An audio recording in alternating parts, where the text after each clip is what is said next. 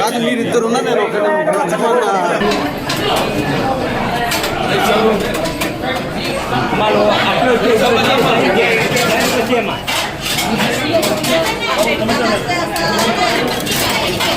మనం వచ్చి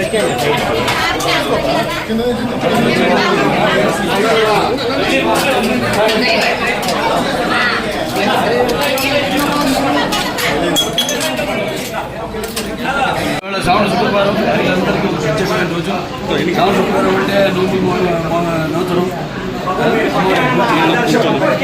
అలాగే ఈరోజు నిన్న స్వాతంత్ర దినోత్సవం రోజు అక్కడ మా బసవతారక ఎండోమెట్రిక్ క్యాన్సర్ హాస్పిటల్ ఏదైతే అమ్మగారి పేరుతో ఉందో అండ్ రీసెర్చ్ ఇన్స్టిట్యూట్ హైదరాబాద్లో మేము అక్కడ జెండా ఎగురవేయడం జరిగింది. ఎందుకంటే నేను ఇక్కడ కావడం ఇవాళ నాన్నగారి పేరుతో నిన్న అమ్మగారి పేరుతో ఉన్న ఆసుపత్రిలో జెండా ఎగురవేయడం చేయడం ఇవాళ అనుకోకుండా ఇక్కడ అన్న క్యాంటీన్ అయితే ఏదైతే అన్న అంటే ఎవరు ఇంకా మరి తారక రామారావు ఆయన ప్రారంభించడం జరిగింది.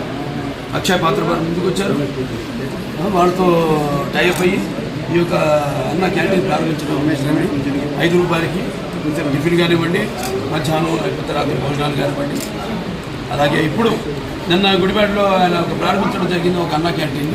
ఇవాళ రాష్ట్రం మొత్తం 100 క్యాంటీన్లు, 99 క్యాంటీన్లు ఇవాళ ఈరోజు, అంటే 99 100 క్యాంటీన్లు. ఇంకా అంచెల వారీగా రాష్ట్రం అంతా కూడా ఈ యొక్క విస్తరించి ఈ యొక్క అన్న క్యాంటీన్ని ఎలాగైతే పూర్వం అలాగే ఈ అన్న క్యాంటీన్ని నడపడం జరుగుతుంది.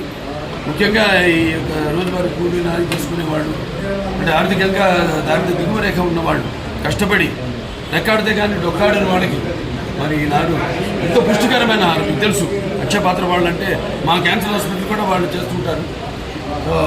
వాళ్ళ ఎంత నాణ్యంగా ఉంటుందో వాళ్ళ, అలాగే ఎంత పౌష్టిక ఆహారం. 2 నీరు, అది ఆహారం, అన్న క్యాంటీన్లు, నీరు.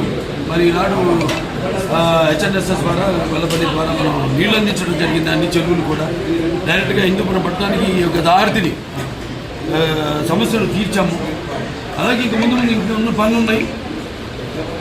మీరు చేసుకున్న అదృష్టం మళ్ళీ మీరు తిరిగి తెలుగుదేశాన్ని పార్టీని అధికారంలో తీసుకురావడం. సో ఇవాళ అన్ని పనులు చంద్రబాబు నాయుడు గారికి మన హిందూపురం అంటే ఒక ప్రత్యేకమైన అభిమానం. వెంటనే ఆసుపత్రి కూడా డెవలప్ చేయాల్సింది ఉంది. కలెక్టర్ గారి చైర్మన్ దానికి మొత్తం మాకు నేను వైస్ చైర్మన్, మిగతా మెంబర్స్ ఉంటారు. వాళ్ళందరికీ కూడా చర్చించి మేము కావాల్సినవన్నీ కూడా మేము లిస్ట్ తీసుకోవడం జరిగింది.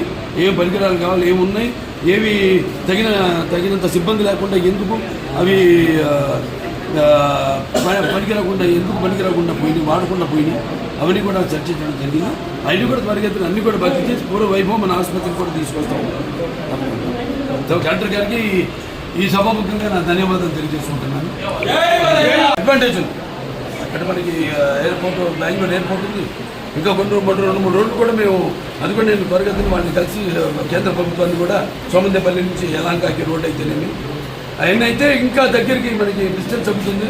తుమ్ముకుంట మీదకి వెళ్తుంది. ఏదైతే నాన్నగారు అప్పుడు భాషాముఖ వాడను ప్రారంభించారో ఇలా అన్నీ కూడా, అంటే ఏమి లేదు సార్, ట్రాన్స్పోర్టేషన్ అన్నీ కలిస్తేనే జనం బ్రాండ్ ఉంది, చంద్రబాబు నాయుడు గారి బ్రాండ్ ఉంది. ఎలాగో ఇవన్నీ కలిస్తేనే ఒక అద్భుతం జరుగుతుంది. సో అద్భుతం త్వరగతిన చేస్తామని ఈ సందర్భంగా తెలియజేస్తాం.